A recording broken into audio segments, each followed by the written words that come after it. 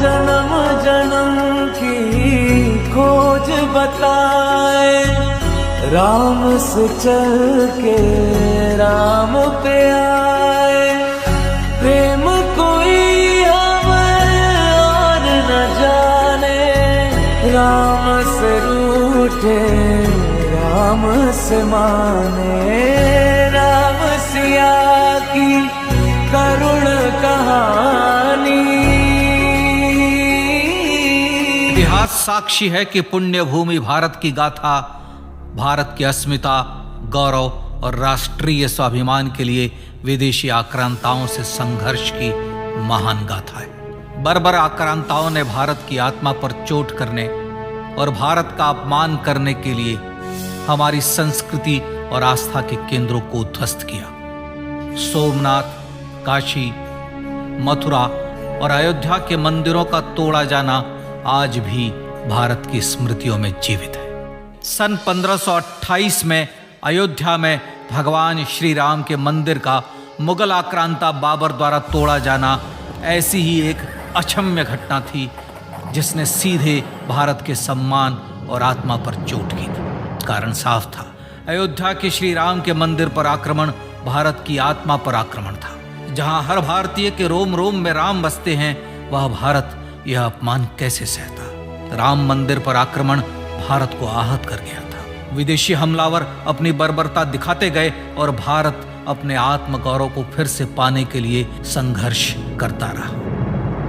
भारत रामलला के जन्म स्थान पर बाबर के नाम पर बने एक ढांचे को देखता और उसे हटाने का संकल्प लेकर शक्ति संजोया करता। हिंदू समाज आत्मसम्मान के रण में डटा रहा और लगातार हमलावरों द्वारा बनाए गए बाबरी ढांचे को हटाने के लिए लड़ता रहा। सरयू कई बार रक्त से लाल हुई। कभी स्थानीय शासकों ने तो कभी साधु संतों और राम भक्तों ने राम जन्मभूमि की मुक्ति के लिए अपने प्राणों की आहुति दी। 74 बार युद्ध हुए। हम कुछ मोर्चे हारे, पर रण जीतने का संकल्प कभी कम नहीं हुआ। हिंदू समाज तलवारों से रक्त रंजित हुआ, पर उसने हार नहीं मानी। उसका संकल्प अजेय था। 15 अगस्त 1947 को देश की आजादी के साथ सैकड़ों सालों से चले आ रहे इस संघर्ष में नई ऊर्जा और एक नया मोड़ आया। अचानक 23 दिसंबर 1949 को बाबरी ढांचे में श्री राम लला प्रकट हुए। हजारों राम भक्त दर्शन के लिए उमड़ पड़े। तत्कालीन प्रधानमंत्री पंडित जवाहरलाल नेहरू ने उत्तर प्रदेश सरकार को श्री राम लला को विवादित ढांचे से हटाने का आदेश दिया। उत्तर प्रदेश सरकार ने अयोध्या के कलेक्टर को यह काम दिया और यह निर्देश भी कि जरूरत पड़ने पर वे बल का प्रयोग भी करें। अयोध्या के कलेक्टर ने सरकार को उत्तर दिया कि यह नरसंहार के बिना संभव नहीं है, और फिर भी वह ऐसा चाहती है तो किसी दूसरे कलेक्टर से यह काम करवा ले। परिणाम स्वरूप रामलला की मूर्ति वहीं विराजमान रही। विवादित ढांचे को बंद कर दिया गया। केवल पुजारी को सेवा अर्चना के लिए भीतर जाने की अनुमति थी। फिर भी राम भक्त विवादित ढांचे के बाहर से प्रभु श्री राम की आराधना करते रहे। भारत के हिंदू समाज के लिए चुनौतियां और बढ़ गई। मामला अदालत में गया। विपक्षी दलों द्वारा अदालत में भगवान श्री राम के अस्तित्व पर सवाल उठाए गए। उनके अयोध्या में ही जन्म लेने का प्रमाण मांगा गया। भारत का जनमानस अब आहत हो उठा था। आजाद भारत में भी हिंदू समाज को अपनी आस्था और श्रद्धा के लिए संघर्ष करना पड़ रहा था। चुनौतियों के इस समय में सन 1984 में विज्ञान भवन दिल्ली में विश्व हिंदू परिषद ने धर्म संसद का आयोजन किया। इस संसद में देश भर के संतों ने राम जन्मभूमि की मुक्ति के लिए आह्वान किया और राम जन्मभूमि मुक्ति यज्ञ समिति का गठन किया। धर्म संसद ने राम जन्मभूमि की मुक्ति और वहां भगवान श्री राम के भव्य मंदिर बनाने के भारत के जनमानस के संकल्प को फिर से दोहराया। विश्व हिंदू परिषद के नेतृत्व में मंदिर निर्माण के लिए पूरे देश में अभूतपूर्व आंदोलन की शुरुआत हुई। श्री राम जन्मस्थली मुक्ति यज्ञ समिति के साथ देश भर में राम जानकी की रथ यात्राएं निकली। राम लीलाओं में राम कथा के माध्यम से भारत का आम जन फिर से जुटा। अब सबके मन में एक ही प्रण था, एक ही लक्ष्य था। अयोध्या में जन्मभूमि पर भगवान श्री राम के भव्य मंदिर का निर्माण। सन 1989 में विश्व हिंदू परिषद द्वारा गांव-गांव से रामशिला पूजन करके अयोध्या भेजी गई। 2,75,000 गांवों से रामशिलाएं अयोध्या पहुंची। भव्य राम मंदिर के शिलान्यास का निर्णय हुआ। पूज्य संत महात्माओं और हिंदू समाज के अन्य प्रमुख नेताओं के निर्णय के अनुसार अनुसूचित जाति के प्रमुख नेता श्री कामेश्वर चौपाल ने 9 नवंबर 1989 को मंदिर निर्माण का पहला पत्थर रखा। राम जन्मभूमि पर मंदिर निर्माण के लक्ष्य की पूर्ति के लिए सन 1990 में सोमनाथ से अयोध्या के लिए श्री लाल कृष्ण आडवाणी ने रथ यात्रा की शुरुआत की। देश में जन भावनाओं का ज्वार उमड़ने लगा। श्री लाल कृष्ण आडवाणी के रथ यात्रा के साथ साथ मंदिर के लिए जन समर्थन बढ़ने लगा और छद्म सेकुलरवाद बेनकाब होने लगा। इस जन आंदोलन को रोकने की तमाम कोशिशें हुई पर सब व्यर्थ हुई। विश्व हिंदू परिषद ने देशवासियों से अयोध्या में जन्मभूमि पर मंदिर निर्माण के लिए 30 अक्टूबर और 1 नवंबर 1990 को कार सेवा का आह्वान किया। परिणाम स्वरूप लाखों राम भक्त कार सेवा के लिए देश के कोने कोने से अयोध्या आए। इससे देश की एकात्मता का विराट दर्शन हुआ। कार सेवकों को रोकने के लिए उत्तर प्रदेश के तत्कालीन मुख्यमंत्री श्री मुलायम सिंह यादव ने अयोध्या में परिंदे को भी पर न मारने देने की घोषणा की। स्थितियां गंभीर हो गई। अयोध्या से 100-100, 200 किलोमीटर दूर रेलगाड़ियां रोक दी गई। अयोध्या युद्ध भूमि बना दी गई। मार्ग बंद, रेल बंद, चप्पे चप्पे पर पुलिस। अयोध्या सैनिक छावनी में बदल गई। राम नाम पर ऐसी पाबंदी कि अर्थी ले जा रहे लोगों तक को रोका गया क्योंकि वे राम नाम सत्य कह रहे थे। लेकिन सैकड़ों किलोमीटर की यात्रा कर कार सेवक अयोध्या पहुंचने लगे। राम के गीत गाते, होठों पर हंसी और पांव में छाले लिए राम काज के लिए राम भक्त देश विदेश से अयोध्या पहुंच ही गए।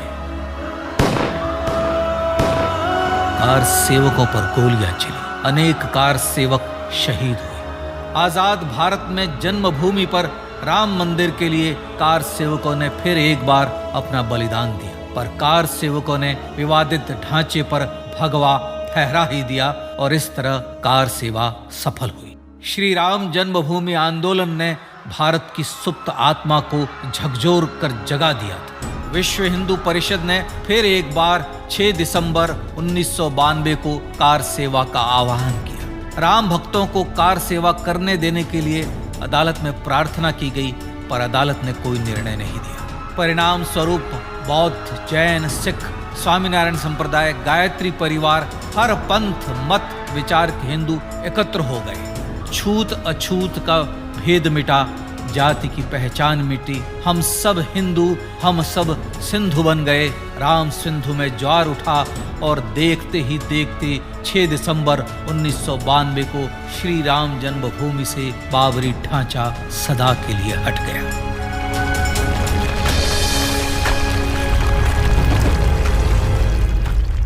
यह क्षण शौर्य, न्याय और सत्यमेव जयते का क्षण था।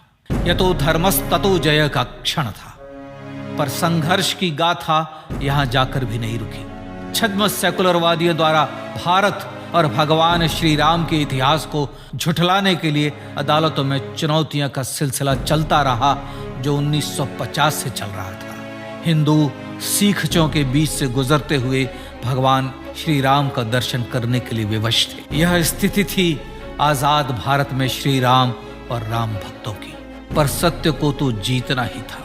आखिरकार देश के सर्वोच्च न्यायालय के 5 जजों की खंडपीठ ने 9 नवंबर 2019 को ऐतिहासिक निर्णय दिया और यह कहा कि अयोध्या जन्मभूमि परिसर की पूरी 67 एकड़ भूमि रामलला की। और न्यायालय ने भारत सरकार को जन्मभूमि पर मंदिर बनाने के लिए एक ट्रस्ट बनाने का आदेश दिया।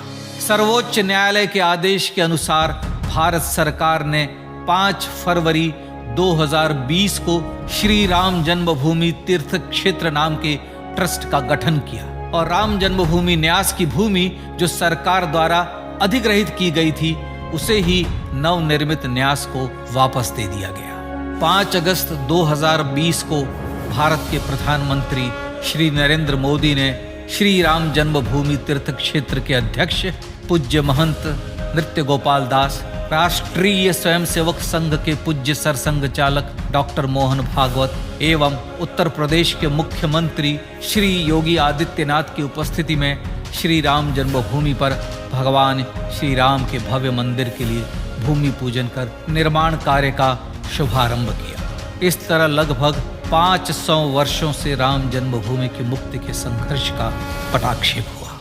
अपने आत्मसम्मान और राष्ट्रीय अस्मिता के लिए इतना लंबा संघर्ष विश्व के इतिहास में बेजोड़ है। श्री राम भारत की आत्मा, भारत की परिभाषा, हमारे राष्ट्रीय आदर्शों और जीवन मूल्यों के प्रतिनिधि मर्यादा पुरुषोत्तम हैं, जो हर हिंदू के होठों पर जन्म से मृत्यु तक रहे, बस यही हर हृदय में प्रार्थना होती है। राम भारतीय राष्ट्रीय स्वाभिमान और आसेतु हिमालय से समुद्र पर्यंत तक जन जन को एकात्मता के बंधन में बांधने वाले रक्षा सूत्र है। अयोध्या स्थित श्री राम जन्मभूमि पर बाबर का हमला वास्तव में भारत के स्वाभिमान और राष्ट्रीयता पर हमला था। प्रधानमंत्री श्री नरेंद्र मोदी द्वारा श्री राम जन्मभूमि पर राम मंदिर का पुनः निर्माण न केवल बाबरी मानसिकता का पराभव है, बल्कि संपन्न, सुखी, सुसंस्कृत, सर्वशक्ति संपन्न